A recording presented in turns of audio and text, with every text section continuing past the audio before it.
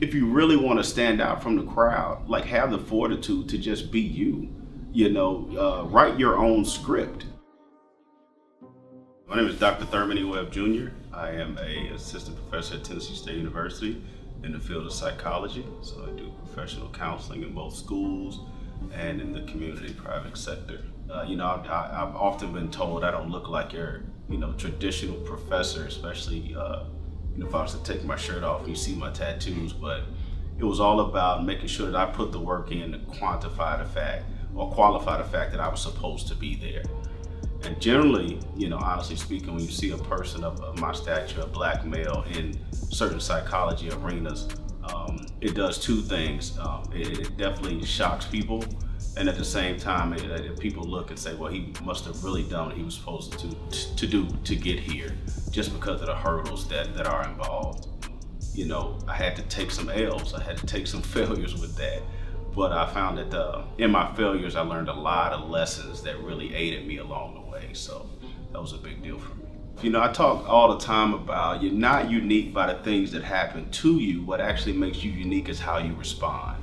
Whether we look across sports or anything else, like we've seen 1,000 games where individuals were down to their last seconds in the shot clock. And so that experience is really not uncommon, but it's all about the person, how they reacted to the experience that creates the great moment. And that's not any different in any other profession. Whatever profession you're going into, it's your job to bring your own artistry to it. And your own artistry is your uniqueness. And I don't care if it's, if you're the trash man, I don't care if you are the plumber, if you are the doctor, your job is to bring your artistry to it. So, like, anybody can do your job, but nobody can do the job like you. And so when you're really going after your purpose and your passion, man, it really has to be instilled in you, and like, no is not an option that you want to take. And so you do whatever you have to do within your means in order to make that happen. And you have to be open to learn as you go. You have to definitely fall into this mindset of an army of one. And there were people who were definitely who had deemed themselves the gatekeepers to some of the things that I was trying to obtain.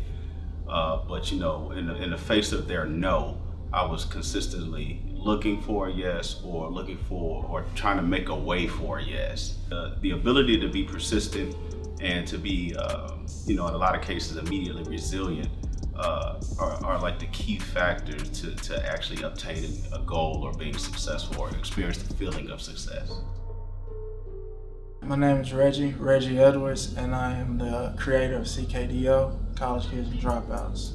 What got me into wanting to be able to have my own business, it was just being able to have control.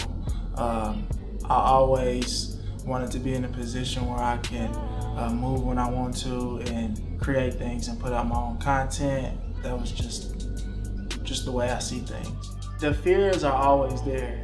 It's being able to get past that is sometimes hard, because you can talk yourself out of trying to accomplish your goals. But I don't really have any fears of like failing, because at the end of the day, I'm always do it for free.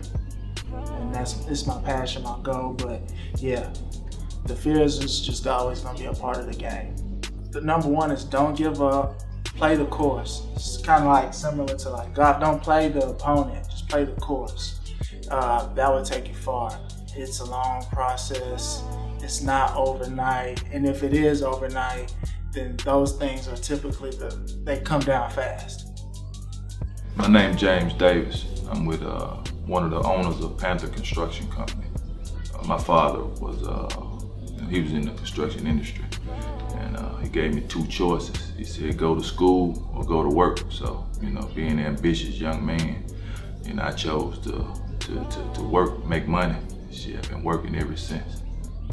Banks don't really like lending to construction companies, and they say we're high risk or whatever. So, we gotta just we had to dig down and build our own financial up. So when the economy hit, it kind of hit us hard, but we just stuck with it. And right now, 2018, 17, they was great years for us. The biggest year was about a $7 million year. So right now we're rounding out at about 3. we do what we say we're gonna do. You know, that's one of the keys, is always, you know, just doing what we say we're gonna do, and trying to be great and keep the legacy alive. So that's what, right there, what keeps us going as a family is, you know, Pops had really set a nice foundation. Family is my motivation, so, you know, with me, you know, it's just all about staying in my lane, doing what I know, and just, you know, trying to provide for my family. I ain't gonna say I'm fearless, but, you know, I just like, you know, I take everything head on, you know, regardless of it's in the personal life or the business side of it. You know, I take it head on. You know, I deal with the problem. I mean, follow your dream. You know, dreams do come true. Just stay down till you come up. As one of my mottos. You know, believe in yourself, regardless of what somebody else tell you. You know, we get no's all the time. People tell us no, you know, we go to another one. And you gotta put God in it, you know. Man, God has helped us through. I mean, it's endless, you know what I mean? So just stay down, believe in God, believe in yourself, and it'll work for you.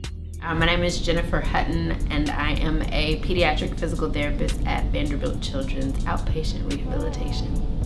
I also teach around the country, and I started to do more stuff on social media just to get the awareness out of what we do as pediatric physical therapists and the type of population that we work with.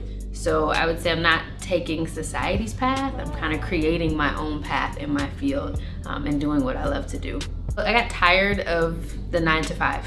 I got tired of getting up and going to work every day. While I enjoy what I do, sometimes it can get frustrating who you work for. So I kind of tried to figure out some things that I liked to do, and teaching was one of them. And then I started to do webinars online for people who want education, content education. They can just go online and look at some of my stuff. Just finding things that I enjoy and putting them all together, which is different because for my field, usually it's you go work for a clinic, you're there 9 to 5, you work there for 20 years, maybe you become an administrator, clinic director, and then you retire, and that's it. And when things don't make sense, I really don't like being told what to do. And in healthcare, that's pretty much the nature of the game if you're gonna work for somebody else.